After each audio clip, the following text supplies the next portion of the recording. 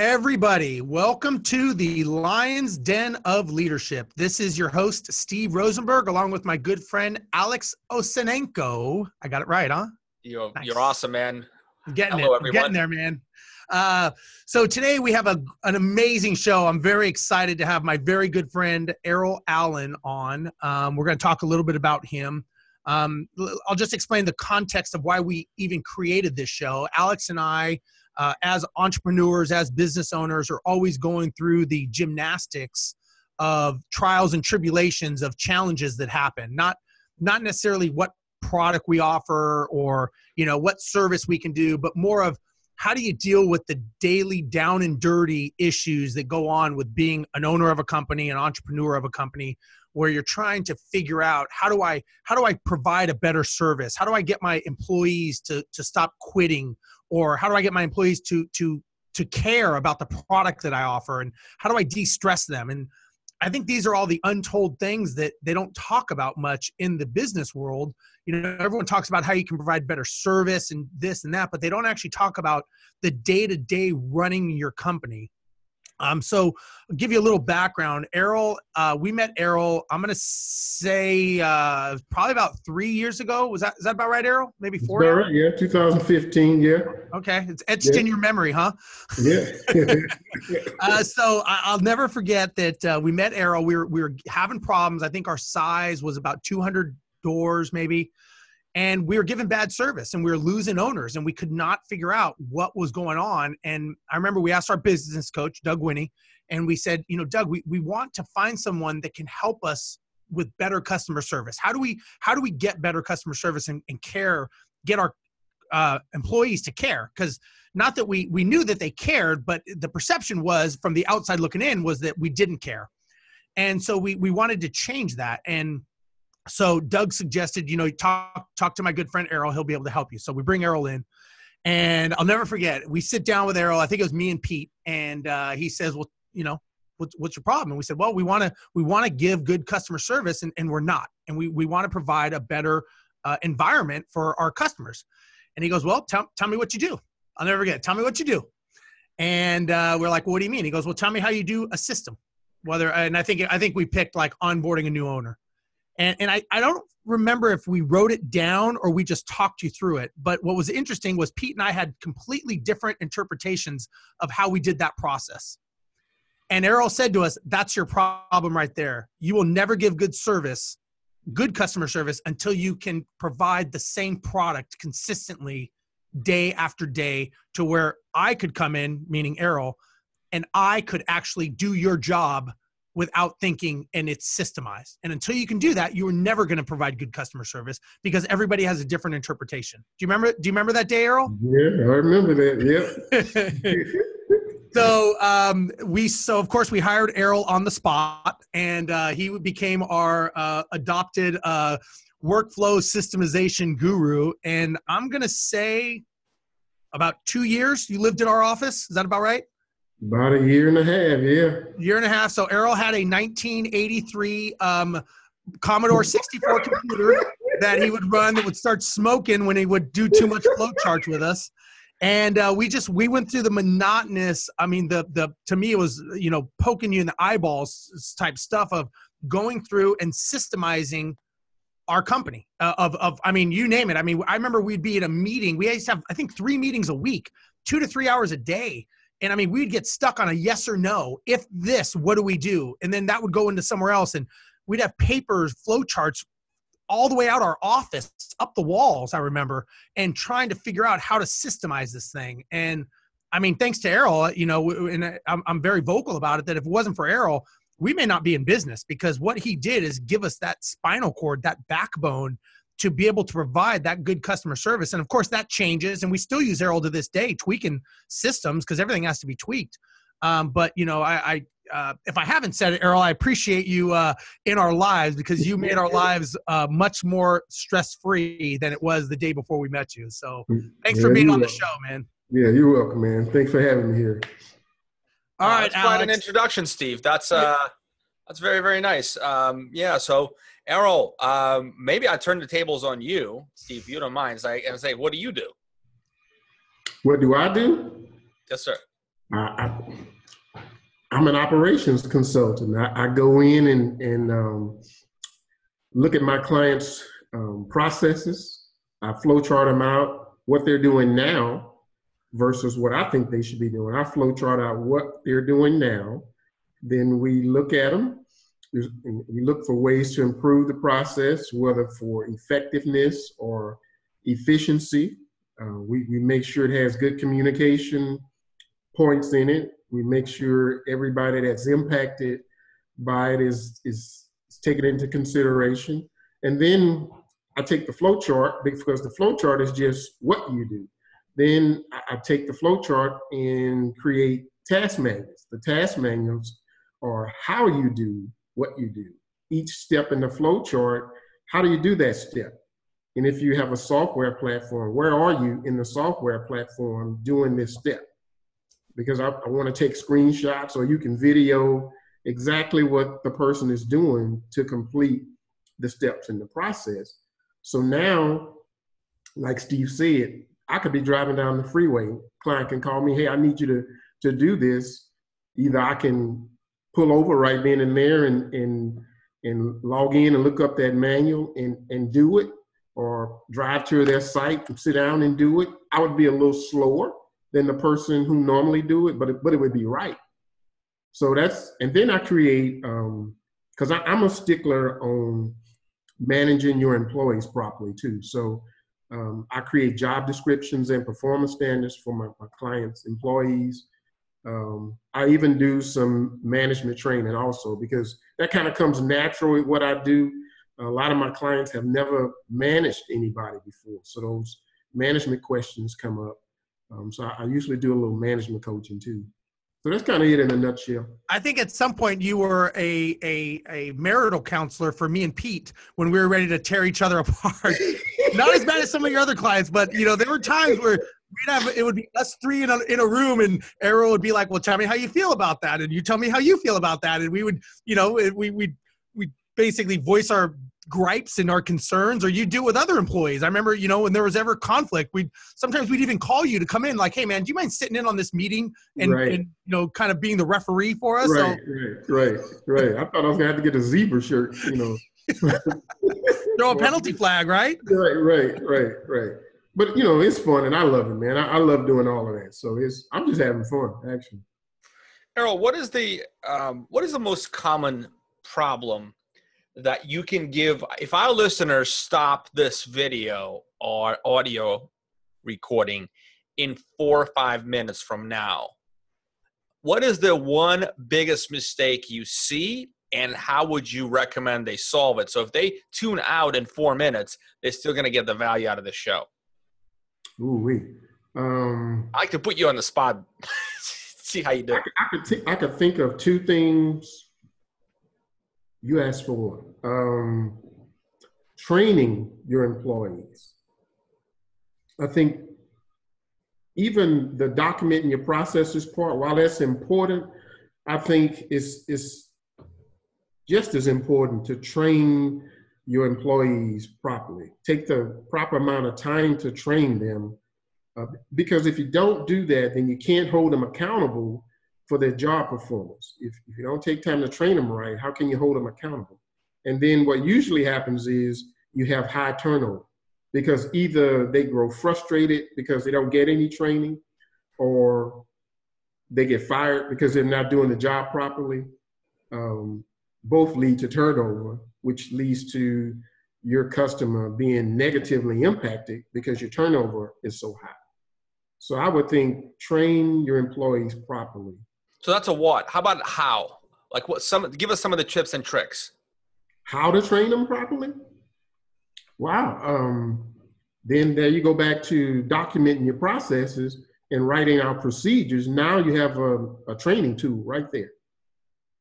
So if even someone that doesn't have Errol necessarily in their lives yet, but they want to sort of really do their business a favor and reduce the retention, your recommendation is take the time to flow chart the process and make that part of the employee training.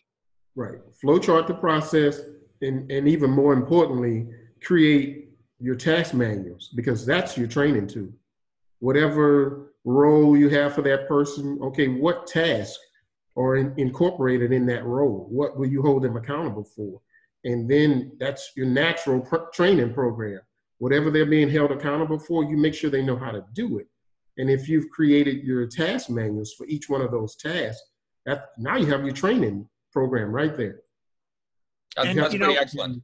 Yeah. One thing also I'll say, when Errol was working with us initially, I'll never forget, one of the things that he really pounded in our head is that every time there's a handoff from one person to another or one department to another, that is where mistakes happen. And that's where it's like an elbow, right? And that's where things will break, because things get lost and misplaced or didn't know.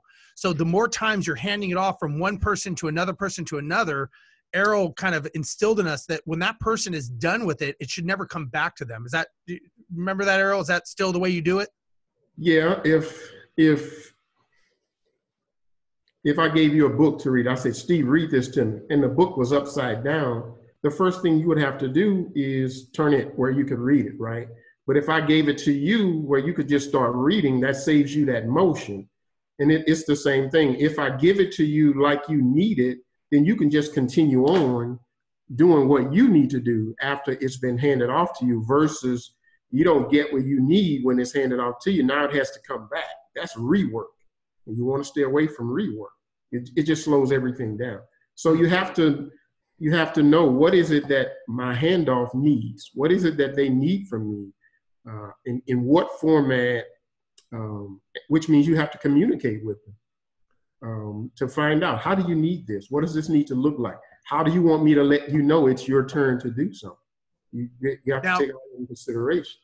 One thing, Errol, and I don't know if we were an anomaly, I hope not, but I remember when we were doing stuff, when we first flowed out, when you said, let's flow this out, and we flow charted everything.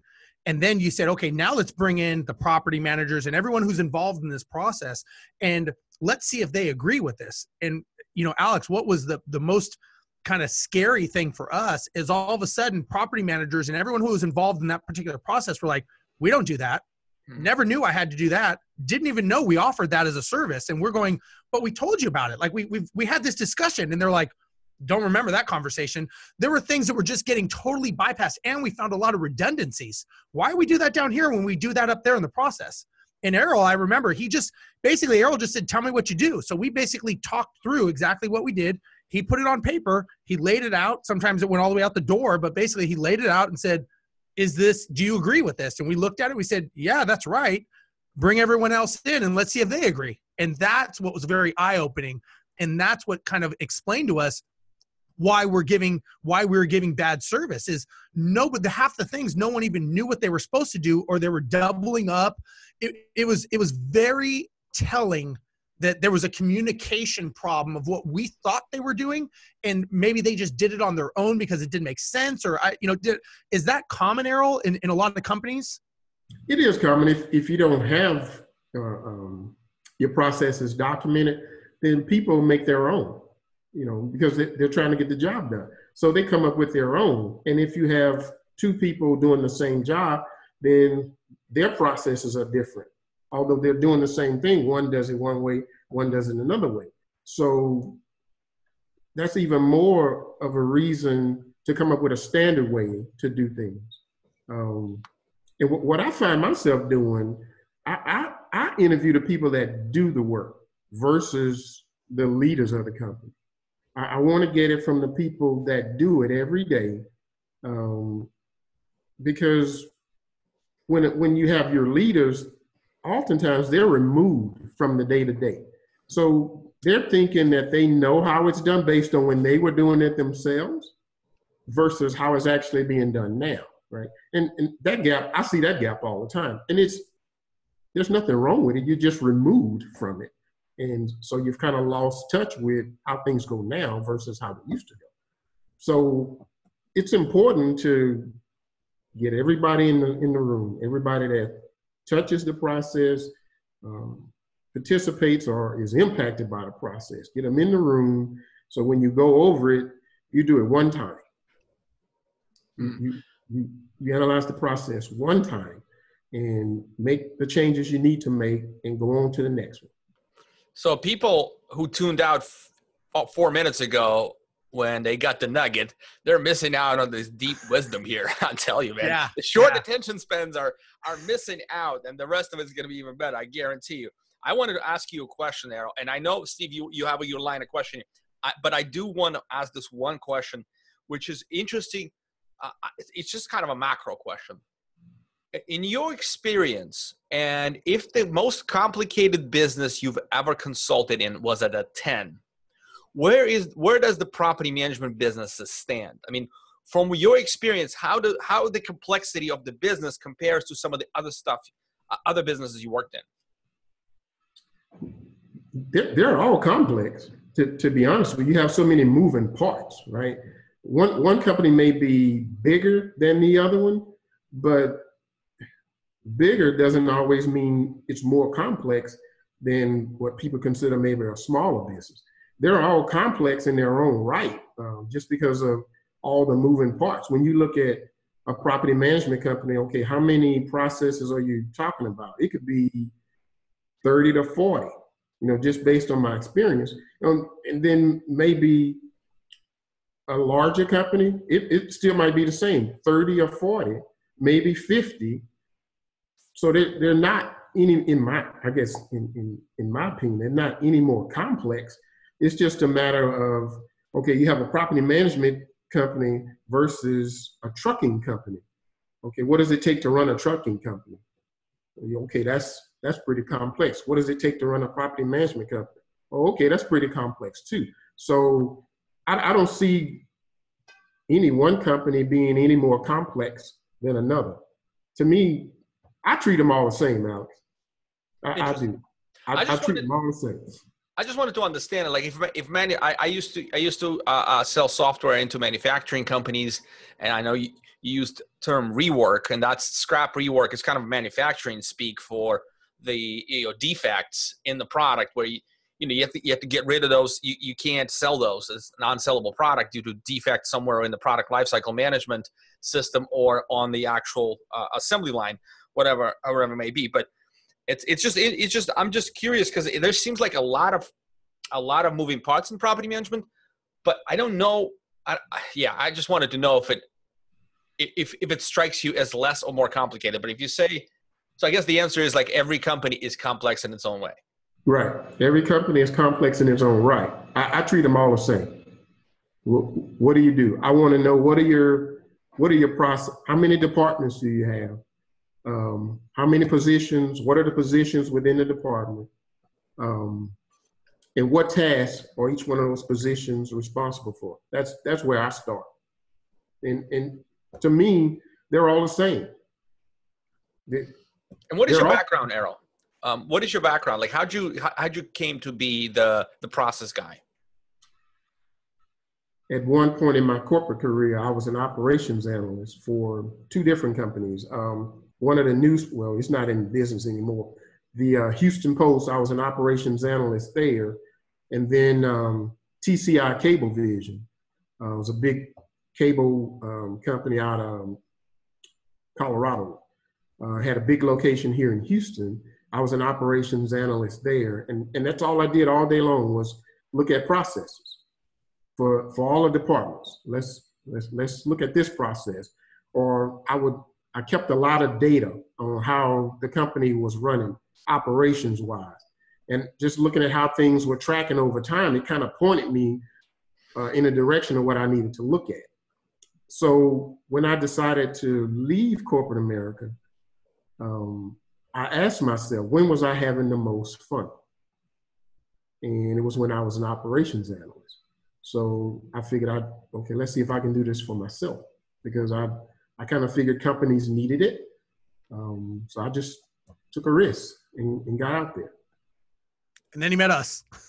Yeah, then I met y'all. So you're fairly fresh out of the corporate world, or how many years have you, or months? I don't know. 2011 is when I left corporate America. And what are your own entrepreneurial plans? Like, what do you take in this, Errol? Are you happy being sort of being the solution provider yourself and making this kind of huge difference in companies' lives? Or are you looking to build out a team and more or less scale what you currently have? Yeah, I'd like to scale it because I have a lot of people pulling at me now, wanting my services. So I have to be careful because people want me because they hear about me. And I want to create something where I have some clones of myself that can do the same thing I do because I see the increase in business. So I need to clone myself maybe 2 or 3 times and scale it. I'd like to have some people on different sides of the country. West Coast, East Coast, Midwest, Southeast, Florida, Georgia, Alabama, all in there. I'd like to have somebody where if we get some client interest, then I can just point them in the direction of the person that's nearest to them versus me doing everything. So let's give you a little bit of a plug. Let's give her a little bit of a plug. So Errol, if people are watching right now and they find themselves that their love process is the operation guys or girls, and they want to work with you or under you, how would they reach out to you? Just call me 281-467-9189, or you can email me Errol@ErrolAllenConsulting.com. That's awesome. Like Commodore computer, right? You gotta. We called it Jelly Bean. Had to feed it jelly beans just to keep it working. It was a Dell. I still have it. It still works, but of course, the museum didn't take that from you. I use a Surface Pro now. Yeah. So what you talked about processes, and what we found is, we took what Errol created with us or for us and kind of took it to an nth degree, I would say, because we took that and created checklists out of that. And then we went from those checklists and made them online, and Pete kind of went off on this checklist tangent. And the checklists that we have now are indicative of the predecessor of what Errol created on the flow charts and systemizations. But what we found is we have about 19 checklists of standard things that always go on. Owner termination, owner onboarding, lease renewal, move-in report, move-out. So we came up with 19. Is that, you mentioned over 30. Are some of those like the one-offs that you're talking, Errol, or? Yeah, when 30 is about a good range for property management, 30, 40. It just depends on, I'm going to flow chart everything. Yeah. Everything you do, I'm going to flow chart it. So that's what I've seen, like 30 to 40. Some of them are one-offs depending on how that company does things. Everybody does something a little different. Some may have additional processes that another might not. Yeah. Cause like, for example, we don't have a checklist for service tickets, but there's a flow chart associated with service tickets because our teams in Mexico handle all of our service tickets. Our property managers don't even see them. So that's an example of there's a manual. We have a flow chart, we have a manual, we have a process. Pete has everything documented, videoed, you name it, but there's no checklist for that. You don't checklist something that you're doing 500 times a day. There's no reason for that. But so I guess I could see that. We probably have, I would say probably 30, 40 processes, but the checklists are the ones that will kill you. It's like in flying, right? You have checklists for the things that will kill you, not for the things that you do every day, like driving to work, right? So I had a question. So Alex, back to you now. What system, what do you have in your company? If you were hiring Errol and you said, Errol, I have a problem, because maybe we can work through Errol doing a diagnostic sort of, I don't mean to put you on the spot, Errol, but I do. So what thing do you have that's kind of something that you go, okay, Errol, this is my challenge, and maybe we can have Errol walk you through a bit of it, and we could go through this process. That's a very good setup, Steve. And so what my problems 8 months ago where challenges, not problems, they're challenges. Challenges, right? Challenges. 8 months ago, where we had our account manager, like think of it as property manager, do everything. So from building out a campaign for a customer to sending out their review requests for reputation, to actually set up and have a perfect client profile talk, and doing everything. So they were talking to the clients, devising a strategy, and executing the tactical elements of it. So this was, and this is kind of how we structured the company. We had account manager, then okay, they need an assistant. Account manager and assistant account manager together can handle a significant group of clients. And we mapped out the time it takes for each task. We're like, okay, well, they can manage 100 clients together, or however many was that back then. And that makes sense for us. So then we can, there's margin, we can make money on it. The next thing we found is like, well, there's a turnover situation. If we continuously promote assistant account managers into account managers, then what happens is, all the clients lose the relationship, and the new pod begins. And so we had to smooth out that process. And then we decided to go to squads. I know this is a long question. We decided to go squads. A concept of a squad is a little bit different. I borrowed that from Australia. Ben White and Adam Hooley concept is where there's an executive on top of the squad leader. And there are a couple assistant account managers, a couple account managers, and then each account manager has an assistant. So it's kind of like a unit. Well, that didn't really solve the problem. And so what we're doing now is we bifurcating product delivery from strategy and service.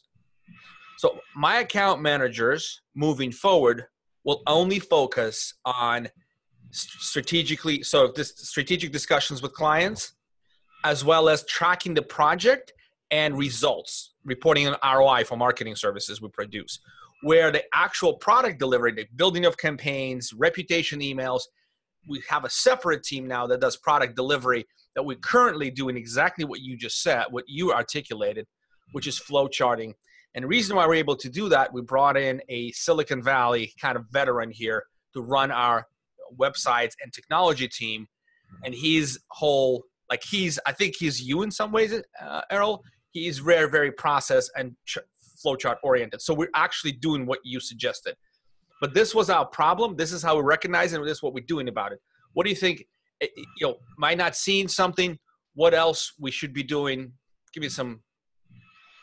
Well, as you were talking, I was thinking down the track you just went. When you started with the account manager doing everything, I was thinking, okay, and how much time is that taken away from the core task that you want them to do, which is, as an account manager, I'm thinking relationships, right? Yep, 100%. Managing the accounts, right?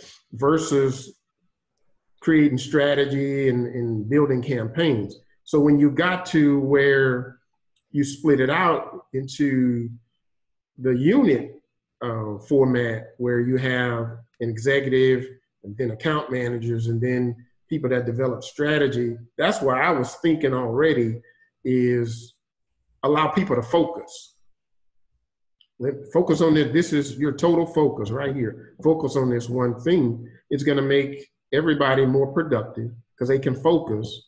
You're going to get a whole lot more done because they can focus. Your account managers can give your clients the attention that they want to, because most people that are in account manager kind of positions, they're kind of customer service oriented anyway, and they want to stay on top of that. So that allows them to do that. So I think you're on the right track by allowing your people to focus on their core things versus dividing everything up amongst a couple of people, and nobody can really focus. And some people can function like that, but most people can't. You can do it for a little bit, but then you'll start to see people throwing their hands up in the air. I can't do all this. Or you'll see productivity go down, or you'll see the level of service provided go down, whether it's how well the campaigns look that they create, how effective they are, that starts to go down. And then the relationship with the client, that starts to go down because the people can't focus. So when you allow them to focus, usually you get a better end result, I think, just my opinion. So Alex, Errol, is there a way that Alex can test and measure and KPI that so that he can track accountability of what's working and what's not working? Because I would think that's, I mean, Alex, do you have a secondary follow-up as to the new system you created to track? We're still deeply in it right now. So created meaning like I think we workflowed and systemized only about 4 out of 9 product delivery processes that we've identified that we need to do. And there's sub processes for each, as you know. But we implemented EOS at the same time. So just so you know, we've gotten to Inc. 5000 fastest growing companies list, and everything sort of was just so good. And then I think we hit a critical point where, persons had, and as you said, this was exactly what you said. We had 5 or 6 account managers with assistants, and everyone had their own methods.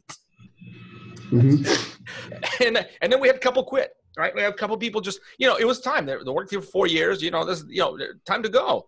And so they left and got great jobs and all that. I'm happy for them. We're still friends, but we don't really have any transition mapped out. There's no workflows. Customers got used to certain treatment. They demanded that from the new account managers. Right. It basically piled on. And then we introduced website services, brought engineers in. So this whole thing, I kicked this company. I got kicked by this company awake quite hard. Literally I'm, to the point where survival at some point were questionable. Mm-hmm. Mm-hmm. One thing that I know that whenever we're looking at stuff, Alex, that Pete is pretty adamant about is org chart, job description, job duties, and KPIs. And performance standards. Yeah. All of those, anytime, any position in our company. And then when that duty is a systems manual, well, we have the checklist, which all go back to the systems manual, which also goes back to the flow charts that Errol made for us. But all of that is, it starts with the flow chart to know who's doing what. And that's, I think, why we've been so successful with outsourcing to Mexico the way we do and everything with such success, because we know exactly who is doing what and when, and everyone knows their dance partner, and everyone knows what lane to stay in, and there's no deviating. And it is hard. Look, everybody wants to personalize what they do. The problem is if that person gets hit by a bus, how do you keep the system running? How does it, like these 2 people got hit by a bus in your company, and all of a sudden it kind of ripped the Band-Aid off maybe of something, maybe you knew there was a challenge and you choose to ignore it, or maybe you didn't know, but either way, there was probably indicators and signs. My guess is that there was these challenges, but maybe you chose to, you had bigger challenges and it wasn't worth maybe fighting that fight or something. Is that? Here was my thinking back then. Just maybe our audience can relate to the laziness, the CEO blinders, right? Like a horse, right? I had blinders on. So here's my excuses, okay? Oh, we're so innovative, so different. We don't need processes, right? We don't need processes because we're different. We're different. We're different. And because marketing, there's some truth to it. Marketing goes so quickly. We constantly have to iterate and test things. And there was no discipline to that iteration and testing. So we thought, okay, this is how we got to do it. We got to just figure it out, and that's going to be all fine. And then I also was busy accepting awards for growing the company so fast, I'm like, okay, I must be doing something right. Look at me. So good. Such a good CEO here. Reading your own press clippings. Is that what they call it? Yeah. And then I just got kicked in the nuts. Like, yeah. What happened? But when you look back, there was probably a lot of indicators looking back now going, okay, this was pretty evident, right? Now that Errol has helped us and we've been doing this for so long, and we look at it, and Pete is so systemized. When we look at companies and people tell us what the problem is, we go back to the basics. Like, where's your org chart? Where's your job descriptions? Where's your duties, responsibilities? Where's your KPIs? Where's your systems manual? If they don't have any of those, we tell them, look, until you fill these gaps, if you're missing one of these, it's not going to work. Yeah, you're gonna have trouble. You're gonna have trouble at some point, and it's just important for everybody to know what they're being held accountable for. And if you have, like in your case, Alex, when you get an interest, from a potential client, what happens, and then how long does it take for that to happen? How long should it take for that to happen? When you're building a campaign, what's the goal? How many days should it take to build a campaign versus how many days does it actually take to build a campaign and deliver it to the, you can measure those kind of things, put those kind of things in your performance standards for your people, to see how well things are going in your company. And it'll point you right to things to look at. Like when I was an operations analyst, I collected a lot of data. Man, I had graphs. My office walls were covered in graphs, so that I could see what was going on. And I changed them every week. I'd update the data and print out the new graph and put it up on the wall so I could see, because it was going to point me. And then I wanted to see trends, week over week, month over month, year over year. So now you can identify trends in the company, and then you can identify, I call them blips. When the data shows it's just been running along, then either you get a uptick or a downtick. Well, my first thing is don't panic. Let's see what caused that. And then if the next month you get the same thing, okay, and it's a positive one, it's up on the positive side, okay, that's good. Let's hope it keeps going up. But if it stays on the downside, okay, what's driving that? Or if it blipped up and went back to normal, okay, that's a blip. Okay, let's look at what caused that blip. So not only am I into flow charts and processes, I'm into data. There's a story behind the data. There's always a story behind the number. I tell my clients, don't just look at the number. What's the story there? There's always a story behind the number, but you have to track the numbers to see what's going on. So I would encourage you to, okay, what data should we be tracking? And how are we going to track it? How often are we going to look at it to be able to identify maybe some tweaks we need to make, or just to know how things are running within your company? That's just me. I'm a data nut. Graph. Show me some graphs, man. I get excited because they tell a story. I can just stand and look at a graph and get the story, and then I start asking questions, which Steve knows. I drive people nuts asking questions. That's all he does is ask questions, man. He doesn't say much. He just asks questions, and you kind of answer. You realize that you're answering the questions. What if you're committed to the process and you're committed to the fixing of the company, what he's asking you is basically he's asking you about the story that he's reading. And I think you're, correct me if I'm wrong, but I think you're just reconfirming what the numbers are telling you and what we're telling you, and you're kind of putting it all together. You're putting the puzzle together, basically, right? Right. And you're right. I mean, look, us, Errol, we're pretty fanatical with our numbers. I mean, if there's one of the things that we know, I mean, I don't know how many companies are like us out there, but I mean, you want to know a number in our company. You want to know a marketing acquisition cost. You want to know a strategy. You want to know anything. I mean, Pete is fanatical. I mean, to me, it could not be the most boring thing in my life, but I get why we need it. I just don't go to those meetings, but I just choose to ignore them. But I mean, you're right. You're absolutely right. Those numbers tell you such a story if you're willing to learn and listen and be able to react to them. Because look, at the end of the day, Alex, our job as leaders of a company are to see what the story is telling us and make pivots and decisions based on what the data is telling us. If we fail to make those decisions, we're failing as leaders, which means we're actually failing our employees and failing the company. So that leads to another question is do you have a system problem or do you have a leadership problem? And that's where it starts getting a little deeper of saying, okay, why am I choosing to ignore this information that is glaring at me? Is it because I'm lazy, I'm greedy, my ego, or I just choosing to ignore it, hoping it'll go away, which we all know that never happens. It just gets worse. We don't change because we want to, we change because we have to. Right. And, when something's glaring at us in the face and it's a Mack truck coming through our front door, then we know we have a problem. That's normally when we decide I've got to do something different. And, maybe your 2 employees quitting was the Mack truck coming through your front door, the wake-up call to say, you have a big problem. I don't know, but that's just my guess. Well, we had a couple things happen at the same time. We had our partner walking in with a 2 weeks notice saying, after 5-year partnerships, we are now going to do what you do. Good luck competing together. And so that was a little bit of a and then we had few exits, right? Yeah, it was all at the same time.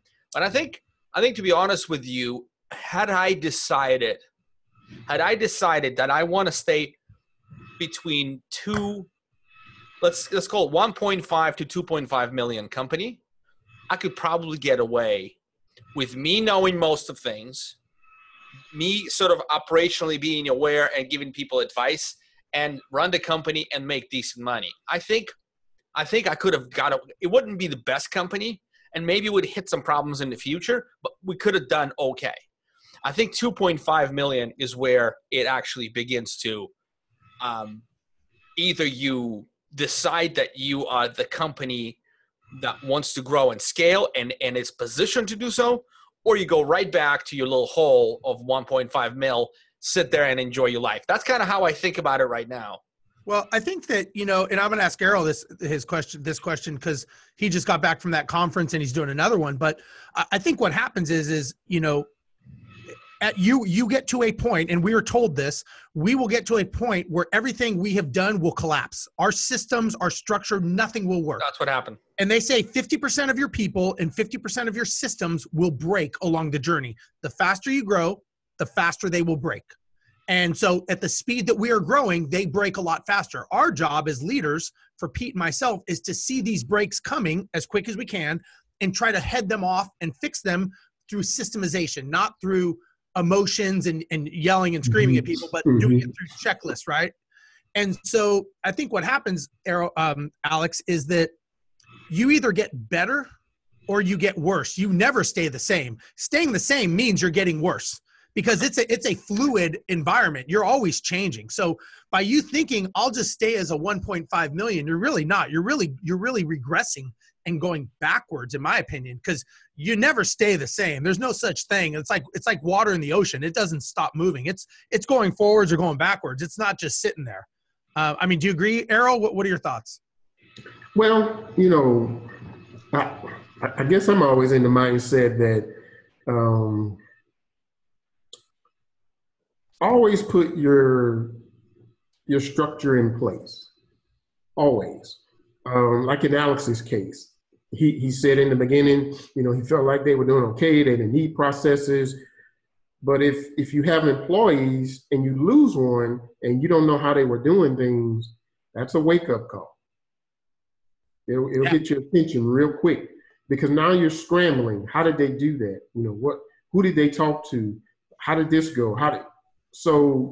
And then you bring somebody in and you don't have anything to train them by. Now you have another frustrated employee, right? And if everything is in your head, how do you scale? It's almost impossible if everything is in your head. What if something happens to you? Then how does the company keep going if everything is in your head and you're maybe incapacitated or, for a length of time, and now your company goes in a tailspin because nobody really knows how to do anything or how things should go. People will make up ways to do things, but it may not be the best way to do it.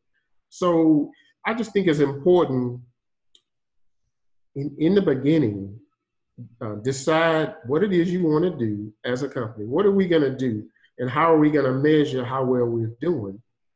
Another thing that I do with my clients, okay, for each department, how do you measure how well that department is doing? We were talking about KPIs. Do you have any? Okay, if you don't, that's fine. We can come up with some, but you have to have some in order to know how well your company is running. Like people sitting in your seat, Steve, in your seat, Alex, my instructions to them is you should just be able to look at reports and know how well your company is doing. or if you have a dashboard, you should be able, you could be on the other side of the world and know how your company is doing. But you have to determine, what are we going to measure for each department? What are we, for every department, what are we going to measure to know how well we're doing? And if you can take the time to do that and set it up and pay attention to it, and look for the trends, I think, and then you can, and then even with all of that, some people make the mistake of trying to solve whatever they see in the trends. They try to solve it themselves. Just go ask your people that's doing it every day. They already have the answers. They can already tell you, hey, maybe if we would just do this, this might make this better. But so just go and ask them versus trying to figure it all out yourself. Just ask the people that do it every day. So let me ask you this, Errol. You're getting a well-known name, obviously, in the property management industry. I don't know if that's if you want to or not, but you are, because you're doing such a good job, and people that I know that have used you and just, even in Australia, wherever. I mean, you've helped a lot of people. So you got this conference coming up. You just did one in Las Vegas. What did you learn? Because now you were interacting with a bunch of different people, right? And right. That was the first time you've ever done something like that on a it was an intimate group, but it was still a group scale with people with different businesses, different sizes, different challenges. What did you learn from that? Well, what I learned is probably for me never to throw your industry. You probably never wanted me to throw your name in the hat again, is what you learned. No, actually, it was a lot of fun. Actually,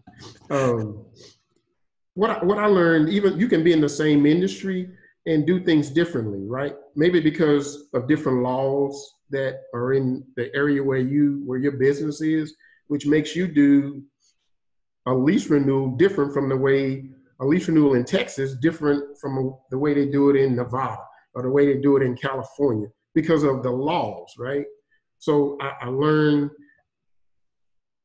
people do things differently, even though they're in the same industry, because of things that impact them from the outside of the business. Sure. I also learned that, some people had their processes just kind of written in a tablet, and they were like, well, they were embarrassed, okay? And I said, stop, because you have something. Yeah. That's better than nothing. That's Absolutely. Better than being in your head. So people can be a little intimidated. Sure. When they look at what other people are doing and they say, well, I can never be like that. Yes, you can. Yes, you can. You've already started. You have something. What else did I learn? Did I want to do it again? I learned that because I see the impact. Yeah. You won't, or you want to do it? I'm sorry, I didn't. Once again? Did you say you want to do it again? Yes. Actually, we're doing it again in January. You're doing it again in January, right? Yeah. You want to give it a little plug? Of course. We're doing the PM Systems Conference again, January 14th through the 16th in Las Vegas, Nevada. The Suncoast Hotel, I think it's the name of it, if I remember properly. Is there a website people could go to? PMSystemsConference.com is where you can go. You can go and find out about the conference and even sign up there too. What do you think? What do you think people will take away? Everyone's going to take away something different. I get that, but people coming to this event, why should they come, and what can they take away? Because it's for all levels, right? I mean, we use you in-depthly still to this day, and people are like, oh, you used Errol way back when. It's like, no, we still use Errol. Like, we still have you coming and fixing broken shit for us, I think the biggest takeaway is how to document a process. What components should be in a process? What questions should you ask yourself in the process of documenting a process? And then the attendees get to work with other people in the same industry. How do you do your lease renewal process versus the way I do it? They pick up tidbits from one another in the breakout sessions, which I think people really enjoy. It's it's a hands-on conference. You're not just listening at me talking all the time. You're actually working. And I think the last conference, the people really appreciated that.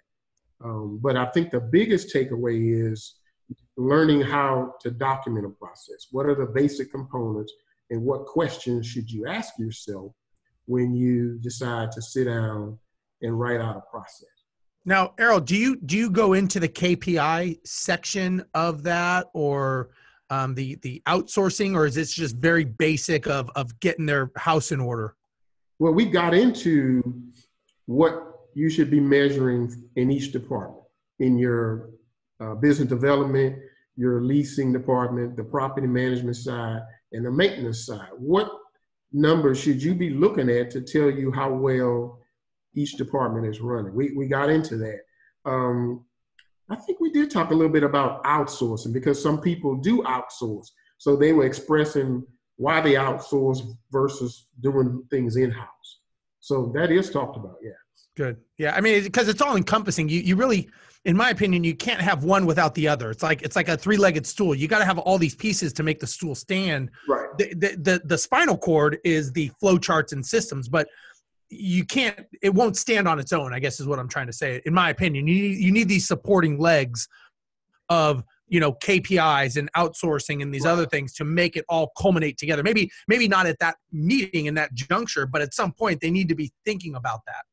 Well, we have to consider how to make your business, I guess, more efficient, how to put in cost savings. That's where, does it make sense to do this in-house, or can we get some cost savings by outsourcing, some of this administrative stuff? So yeah, you have to think about all of that stuff. And I can guarantee you, if you measure how well your departments are doing, you'll see opportunities to make changes. Yeah. And it's, a lot of the stuff that the KPI, like you said, the KPIs, we make ours, and I know you've seen them, but ours are color coded. They're conditional. Red is bad, green is good. If they're green, don't care. It hits our numbers that we've already said are acceptable. If they're red, well, we got to put eyes on it. If it's red 2 weeks in a row, it's an issue now. And Alex, like you doing the traction, I mean, that's how we have a company scorecard. It's the health check of our company. And every week we are looking at that, because the problem is a lot of times people look at KPIs at the end of the month or the beginning of the month for the month prior. Now you're looking back and it's retroactive. What did we do wrong last month? Well, that was last month. There's some things, like I think it was you, or maybe it was Doug, our coach, saying that, companies like Walmart, they do hourly KPIs on certain things. It just depends on what you're doing. I'm sure in the SEO world, I'm sure it probably is seconds and minutes of whatever's important, but you can't look back at 2017 and go, hey, what did we do right? What did we do wrong? That's inconsequential now at this point. Right. So, yeah, right. KPIs. Right. I'm a weekly person. Some things daily. Some things daily. Yeah, but we're weekly too. We're the EOS system. We're just basically implementing the EOS system as written in the book Traction, and it's really well thought out. We want to do it. We want to do it as it's prescribed, and then if we feel we need to tweak, we'll tweak. But it is prescribed very well. I think we gotta call this at this point, or else we all going to be talking for another hour or so. And there's only so much tape on this video recorder, Errol. That's like his computer. You're gonna make me go get Jelly Bean and show it to Jelly Bean. We got to bring Jelly Bean out. You got to bring it to the conference, man. This is what you take it out of the museum.